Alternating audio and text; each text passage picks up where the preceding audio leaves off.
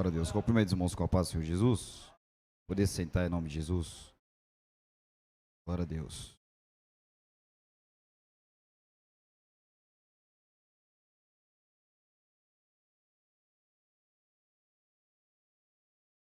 Livro de João, capítulo de número 1. A partir do versículo de número 11.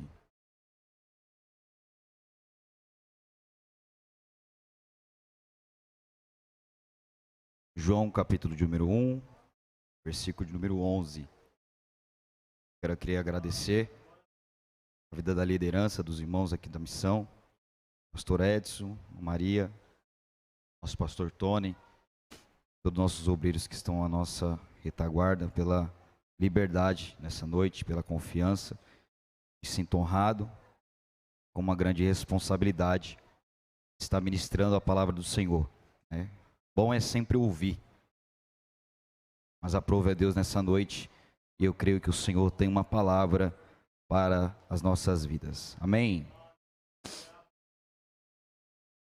Veio para o que era seu, e os seus não o receberam.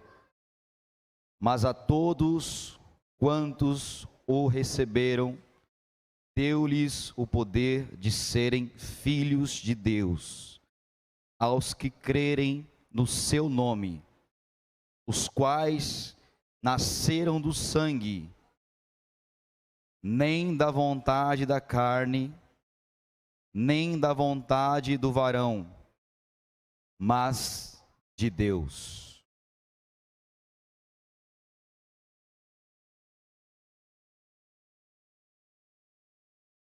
Irmãos, eu costumo dizer, culto de missões, além de ser uma grande responsabilidade para quem está à sua frente, a liderança do trabalho, como já dito aqui, é uma missão para toda a igreja.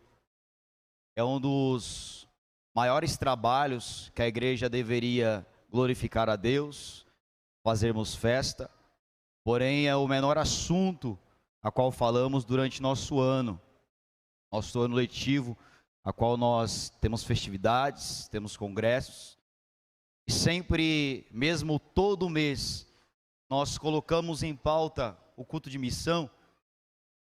Ele sempre fica acuado ou apenas lembrado num domingo como este. Apenas o culto de missões, quando nas semanas nós somos cobrados pelos nossos pastores, pela nossa liderança, que terá o culto de missão no domingo. Naquela semana, alguns se propõem a evangelizar, a consagrar suas vidas, para pregoar uma palavra na semana, ou para os seus vizinhos, coisas ao qual talvez não fazemos durante os outros dias. E depois que esse dia passa, irmãos, volta tudo ao normal. Eu digo que hoje estamos ali, naquela grande ceia, nosso irmão Eliel estava ao nosso lado, e no começo tem um pouco de dificuldade ali devido ao som, né? Um lugar muito grande. E eu tentando ouvir, eu tentando entender o que estava acontecendo, nosso pastor tentando falar, os músicos se alinhando.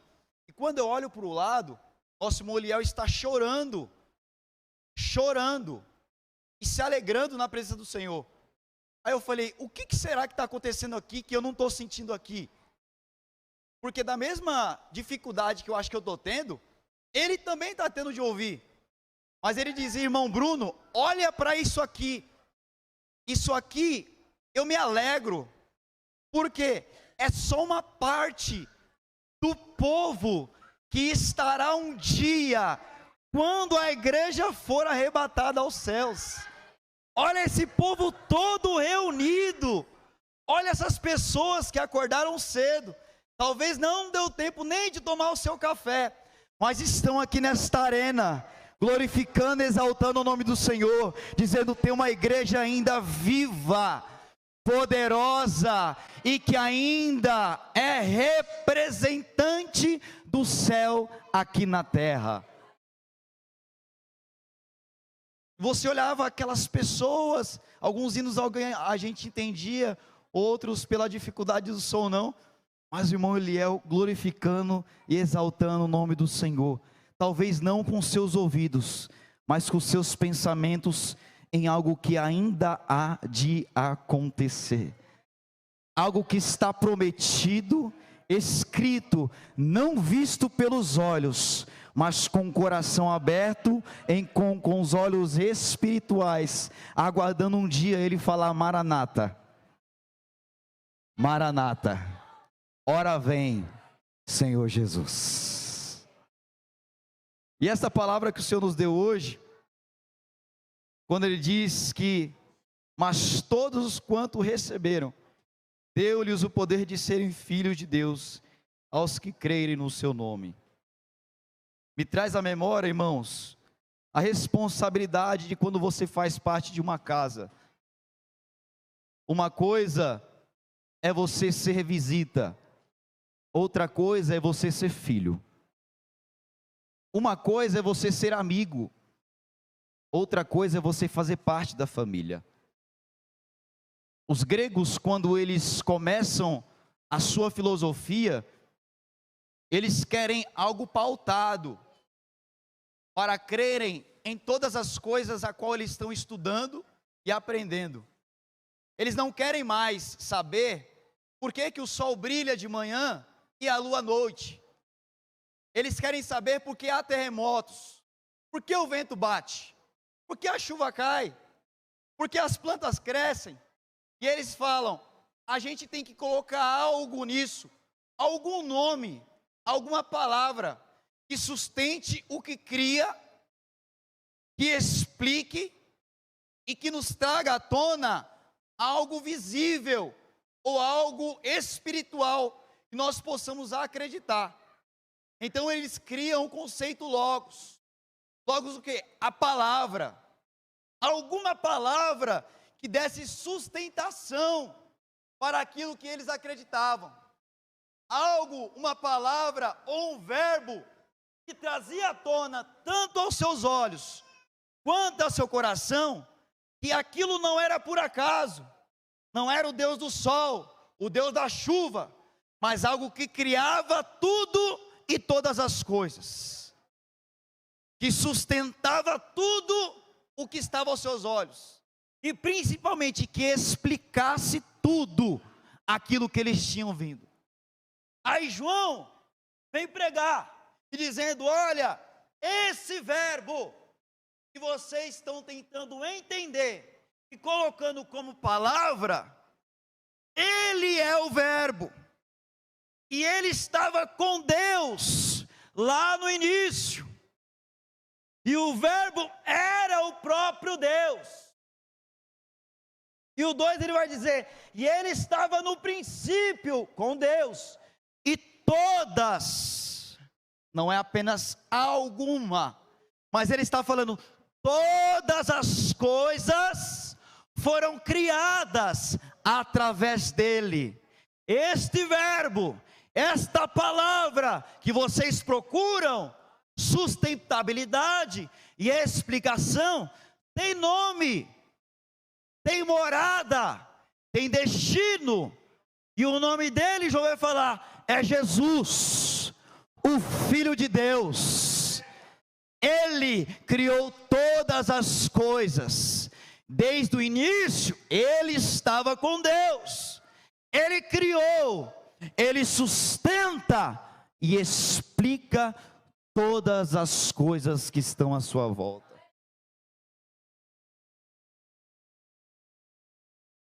A palavra está dizendo, Deus nos chama como filhos, porém ele está falando que há uma condição. Temos o costume de, quando aceitamos a Cristo, batizamos, estamos na caminhada cristã, já estamos salvos. E ao mesmo tempo que isso é uma verdade, é um perigo para muitos encostados. Pessoas que acham, quando entram nesse ambiente, apenas porque aceitaram, que foram batizadas, têm o direito de falar: eu sou salvo e filho. Quando na própria palavra ele diz: aqueles que eu chamo como filho, e tenho o direito de chamar como meu pai, esses são os que obedecem a minha palavra. Ele não está colocando aqui denominação. Ele não está falando que a igreja do pastor da outra esquina ou da outra cidade, que tem um culto diferente do nosso, tem uma liturgia diferente da nossa, eles são salvos pela maneira que eles estão cultuando. Eles não estão falando aqui na palavra que essas pessoas que são chamadas filhos de Deus são as pessoas que estão aqui nesta casa, aqui dentro, pela liturgia, pela maneira que estão cultuando. Mas estão falando aqueles que receberem. E receber está dizendo que obedecem e que se colocam como filhos. E aqui já dito, a responsabilidade de missão não é apenas uma vocação, apenas uma chamada, mas um mandamento de Deus. Sabemos que os vocacionados, durante um tempo, eles têm a preparação, tanto para o evangelismo, tanto diaconato, pastorado, evangelistas. Esses estão vocacionados ao trabalho da obra do Senhor. Porém, quando entramos no conceito missão, ide, nosso pastor pregou, é um mandamento completo para a igreja. É um mandamento não apenas, como o pastor disse, apenas para os obreiros aqui na bancada, mas é um mandamento de Deus. Está falando, aquilo que você recebeu um dia, agora passe para a frente. Aquilo que você viu que era bom, agora passe para a frente e diga para eles que também é bom. Certa vez a Bíblia vai dizer, como já muitas vezes ministrado aqui, que certa vez Samaria estava cercada pelos inimigos de Deus, pelos inimigos do povo. Diz que havia ali 4 leprosos, estavam ali dizendo, olha, se a gente ficar aqui fora, eles vão nos matar. Se a gente entrar dentro, a gente também vai morrer. O que a gente faz? Vamos entrar, se Deus quiser. E a Bíblia vai dizer então que Deus, Ele faz um barulho no meio do arraial dos sírios. E a Bíblia diz que é um barulho de guerra, de cavalos, de homens como se estivesse vindo guerrear. E quando aqueles homens entram no arraial dos sírios, diz que ali não tinha mais ninguém. Não tinham homens com espada, não tinham homens bravos querendo atacar o povo de Deus. Diz que pelo barulho eles correram, pelo barulho eles fugiram. Quando aqueles homens entram dentro daquela cidade, ali há comida, ali há ouro, ali há prata, ali há providência, ali há cavalo, ali tinha tudo o que eles não imaginavam receber. Primeiro, não eram guerreiros, eram homens leprosos. Os leprosos da época, a Bíblia diz o quê? Que a carne deles saíam sobre o seu corpo. Ninguém queria chegar perto dele. Ali tinha 4 homens sem esperança. Eu vou repetir, ali havia 4 homens sem esperança. Eu digo para você, um dia, eu e você eram esses leprosos, sem esperança. Todos falavam que você não ia dar certo. A guerra havia sobre o teu lar, sobre o teu povo. Mas um dia você mesmo leproso, Deus gritou do alto, oh glória! Deus gritou do alto e disse, ninguém dá nada para ele. Não foi assim? Ninguém dá nada para ela, mas eu dou um grito e um brado agora. Nessa hora que o grito sai e o brado do céu sobre a tua vida, o inimigo corre. Quando ele corre, ele está falando, eu não tenho mais autoridade sobre esse arraial. Aí você vê uma porta aberta. Será que pode entrar? A porta está aberta, pode entrar. Quando a porta abre, você vê providência, você vê transformação, você vê cura, você vê o pai que vivia no bar, agora está dentro da igreja. Você vê a mãe que falava mal dos vizinhos, das esquinas, e está no grupo das irmãs. Você vê teu irmão que vivia nas drogas, mas agora está no grupo dos jovens. Você vê um menino ou uma menina que vivia na prostituição aí no mundo, nas baladas, na bebedeira, mas agora ele está no meio dos jovens, está dizendo: eu preciso arrumar um varão e uma varoa para casar, eu preciso constituir família. Você um dia era um leproso, à porta da cidade, dizendo: se eu entrar eu vou morrer, se eu ficar eu passo fome, o que eu faço? Jesus falou: pode entrar, pode entrar, pode entrar, a porta está aberta, eu sou a porta, e o dia que você bateu, eu abri, você entrou, e hoje eu fiz morada na tua casa, oh glória, eu instituí a sua família, eu fiz coisa nova no teu arraial. Eu olhei para o homem que falava para você: não dou nada, e dizendo: mas quem disse que eu estou pedindo a tua opinião? Eu sou o criador dele, ele é criatura, e a partir do momento que ele e ela abriu o coração, eu fiz morada. E quando esses homens estão, eu acho, imagine um monte de homem com fome. Já ficou com fome, irmão, no meio do churrasco? Aquela dificuldade familiar, quando você olha o vizinho, aquele muro que papai fez bem baixinho, aquele cheiro de carne vindo, você: ô Jesus, e nós no ovo. Não é difícil? Esses homens, eles se lambuzaram, irmãos, dizendo: não tem ninguém aqui, irmão Rafael. Olha a veste, até a veste do rei ficou. Olha o cavalo de guerra. Vamos subir nesse cavalo? Vamos participar da providência que Deus está nos dando, da liberdade que Ele deu de entrar dentro da casa.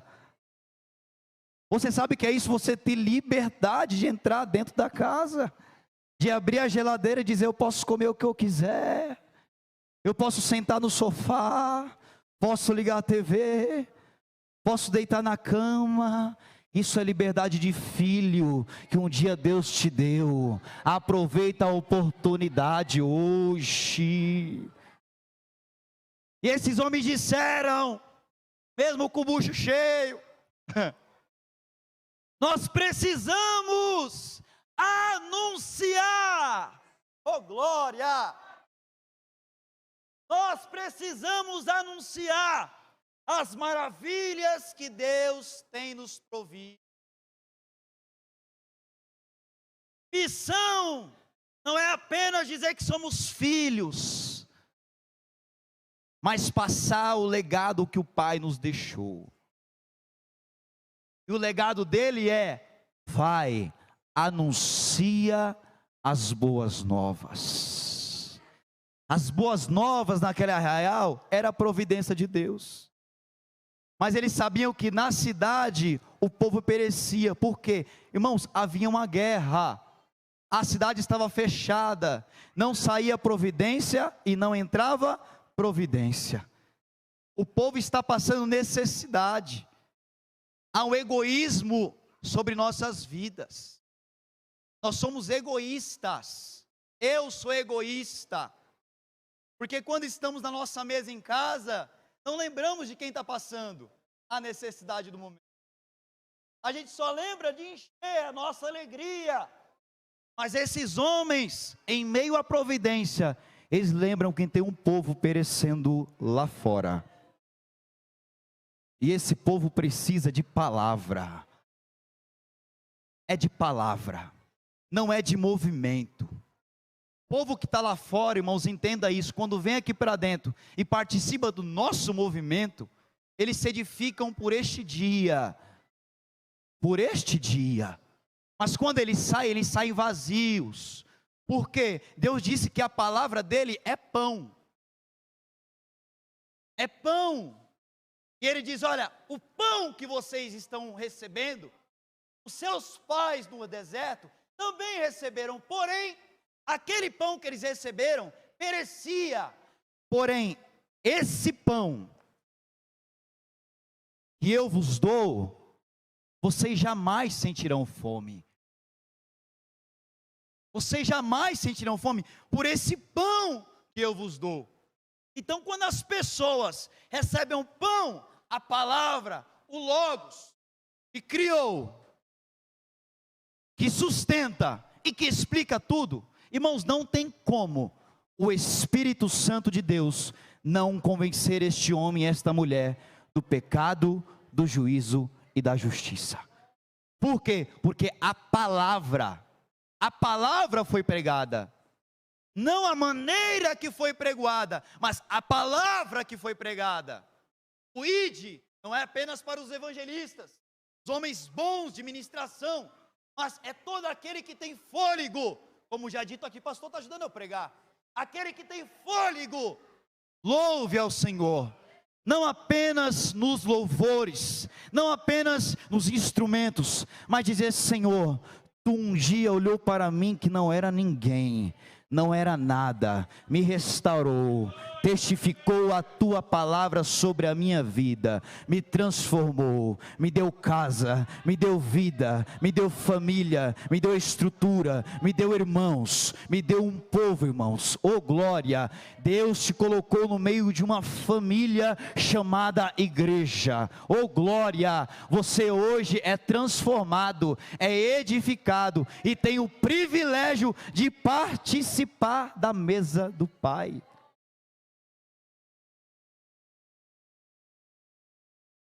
O que acontece hoje é que, quando essa palavra ela é ministrada, muitos aqui acreditam ou se asseguram dela. Quando o vosso pastor prega a palavra, quando nossos ministros estão pregando a palavra, nós recebemos, aprendemos. Mas o que tem acontecido hoje é o quê? É a síndrome lá da igreja de Coríntios. Quando Paulo sai da igreja, a Bíblia vai dizer que Paulo se incomoda com alguns que estão dentro do Evangelho, pregando outras fábulas, outras palavras, a não ser a palavra verdadeira de Deus. Hoje temos, irmãos, pessoas que têm acesso, mas que não deveriam ter acesso. Hoje a internet é uma coisa perigosa. Nossos jovens, nossos irmãos, têm pegado para si mestres, homens e mulheres, que você não sabe onde congrega, você não sabe de onde vem, como aceitou, ou se lá é batizado. Essas pessoas se parecem com aqueles homens daquela época, pregando fábulas e palavras que vão contra o Evangelho, enchendo nossa mente e o nosso coração, as nossas vidas, principalmente nosso meio. Nós jovens, eu sou jovem também. Nós quando ligamos esta bênção aqui, colocamos naquele Instagram, que é muito bom, não é verdade? Instagram, por uma coisa de divulgação da igreja, uma coisa boa, sem a gente querer aparecer demais, Instagram é muito bom. Mas tem pessoas ali no meio que têm ido contra o Evangelho de Cristo, e tem bagunçado a minha e a sua cabeça. Nosso cuidado hoje não é apenas em receber a palavra, o pão vivo, mas aquilo que estão entregando para a gente como pedra, quando o diabo oferece para Jesus lá no deserto, dizendo: olha, tem uma pedra aqui, você quer? Estão oferecendo pedras para nós hoje. A diferença é que a autoridade de Jesus do deserto venceu o diabo. E eu digo nessa noite, em nome de Jesus, há filhos de Deus nessa casa, há filhos de Deus nessa casa. Irmãos, fale com autoridade. Você tem a autoridade de Deus. Há filhos nessa casa, então a autoridade do Pai está sobre vocês. Quando oferecerem pedra, fala: eu conheço o pão. Eu conheço o pão. E Paulo vai dizer: olha, 2 Coríntios capítulo 3, preciso eu de recomendações para convosco, ou para as igrejas que eu tenho pregado? Todos me ouvem, amém? Não se disperse, estou terminando. Paulo está dizendo: há recomendação, ou precisa eu de recomendação, contra o que esses homens estão dizendo ou falando. Paulo vai dizer: olha, vocês, a qual eu tenho ministrado a palavra e edificado a igreja, vós sois a carta de Deus, escrita pelos homens. Paulo está dizendo: olha, as cartas que eu vos escrevo, nas prisões, ou em lugares distantes, eu estou longe de vocês, são cartas para edificar vocês, para que vocês ensinem, através dos seus presbíteros, pastores e evangelistas. Porém, essas cartas, podem ser que elas sejam transgredidas, durante o caminho, ou após a sua leitura. Esses homens poderão falar contra essas palavras. Aí Paulo estava dizendo assim: olha, porém, as letras, e a carta, que vocês são, escrita para os homens, não é uma carta escrita como eu escrevo para vocês, no pergaminho e com tinta de caneta ou da pena da época. Ele está dizendo: a carta que vocês são, preste atenção nisso, a carta que vocês são, está escrita não com tinta de caneta, mas com sangue de Jesus.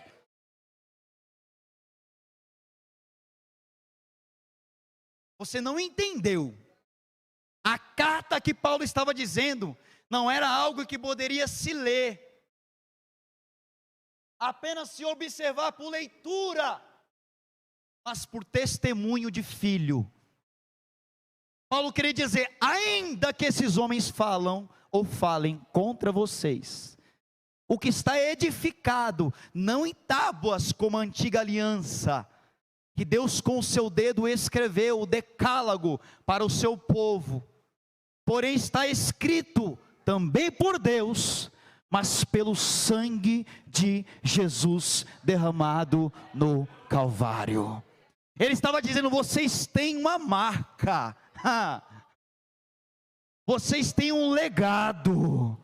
Quem olha para você não pode te olhar como escravo, não pode olhar para você como qualquer um.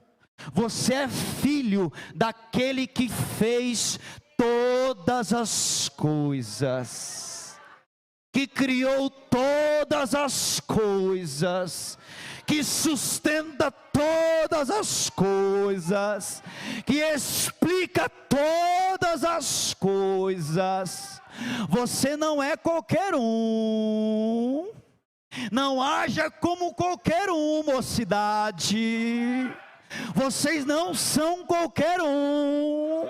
Vocês têm autoridade, vocês têm chamada, vocês têm liberdade. Vocês entram na casa do Pai, vocês saem da casa do Pai, vocês glorificam o Pai dentro de casa, mas lá fora as pessoas têm que ver uma carta escrita. Não é a carteirinha do membro da Assembleia de Deus do Belém, não. Não é a carteirinha do pastor, não. É algo além. Além de um documento. Além de algo escrito. Mas algo edificado desde a fundação dos tempos. Quando Deus decide escolher um povo, para dizer: esse povo vai marchar na terra pelo meu nome, vai honrar a minha casa. Você tem honrado a tua casa? Irmão Bruno, tenho. Estou falando de casa terrena, não. Quem disse que você faz parte dessa terra? Quem disse que você veio para ficar? Você é passageiro, é peregrino, tem algo preparado, oh glória, tem casa preparada, porque vocês estão olhando atônitos, do mesmo jeito que esse Jesus foi, Ele voltará. E Ele não vai querer qualquer um, não. Ele só vai chamar filho. Ele só vai chamar filha. Tem filho e filha de Deus nessa casa hoje? Tem alguém para dizer: honra a casa do meu pai? Eu sou uma carta escrita.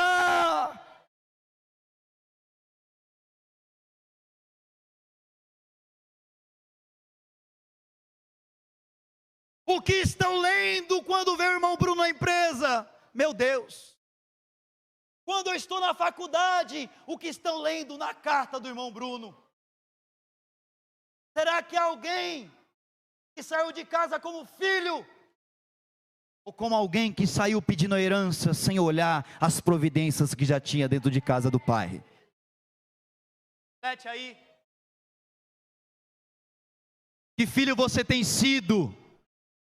O que guarda as promessas e a providência dentro de casa? Ou aquele que sai dizendo: me dá a minha herança,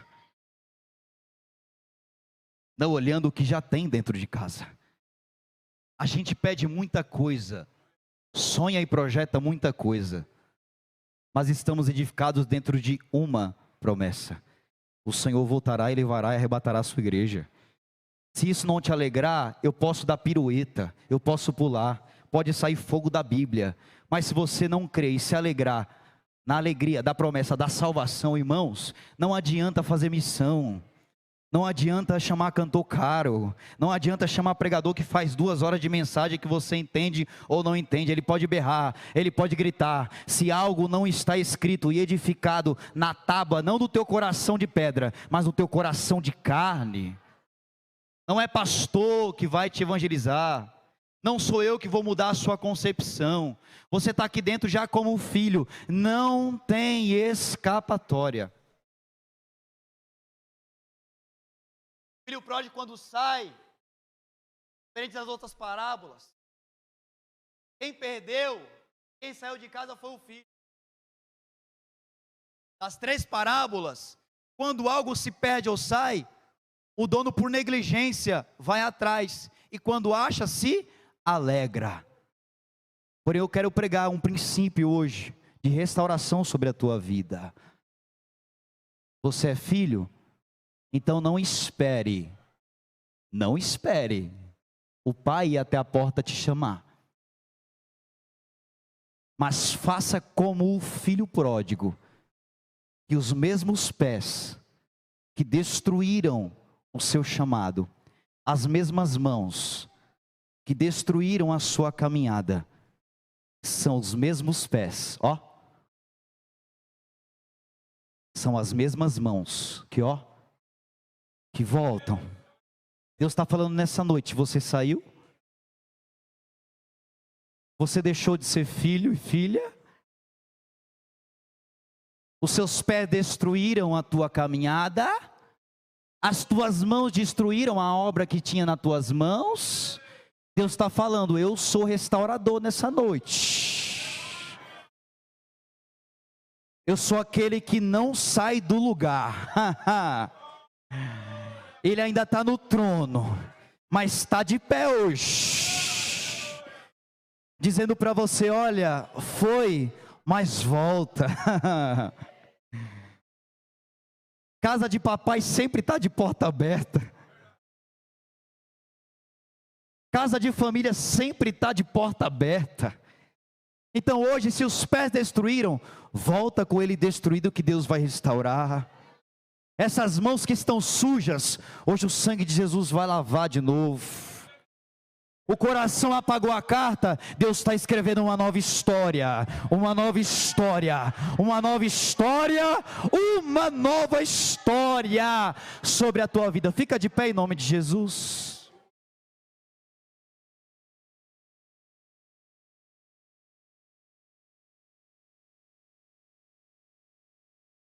Há um tempo de filho sobre nossas vidas dessa noite. Filhos não têm apenas a pauta de ser mimados pelo pai, porém a responsabilidade de levar o legado da sua casa. A casa da igreja é o céu, amém? Amém? Se alegre com isso, irmãos. Eu sei que o dia foi cansativo. A arena deixou a gente um pouco tonto, devido ao calor. Mas Deus, essa noite, Ele está trazendo restauração sobre nossas vidas, aos nossos corações. Dizendo, filho, se você saiu da casa, hoje você tem a oportunidade de voltar. Se você deixou a restauração de lado, eu sou o dono da restauração nessa noite. Se você perdeu a comunhão com o seu pai, com a sua casa, Deus nessa noite te dá uma oportunidade. Dizendo para você, volta. Eu sou o pai que quando você volta eu restauro as suas vestes. Eu te dou sandália nova. Eu renovo a aliança e coloco no teu dedo. Eu faço a melhor festa lá no céu. Eu te dou liberdade de novo de dizer filho. Mas irmão Bruno, o filho pródigo, o irmão dele não gostou. Não gostou que ele voltou. Esquece os irmãos que estão à sua volta. Restaura a sua comunhão com o Pai. Através da comunhão com o Pai, com o tempo você de novo volta à comunhão com os irmãos. O importante, a primícia hoje, volta para a casa do Pai. Deus está te dando uma oportunidade. Eu não estou falando apenas de filhos que se estenderam durante o caminho, mas talvez tem filhos também dentro da casa, que se esqueceram da liberdade que tem com o Pai. Então nessa noite você tanto que faz parte da casa, quando faz parte do caminho distante, Deus te dá uma oportunidade hoje, em nome de Jesus, amém? Deus abençoe a sua vida. Obrigado, pastor.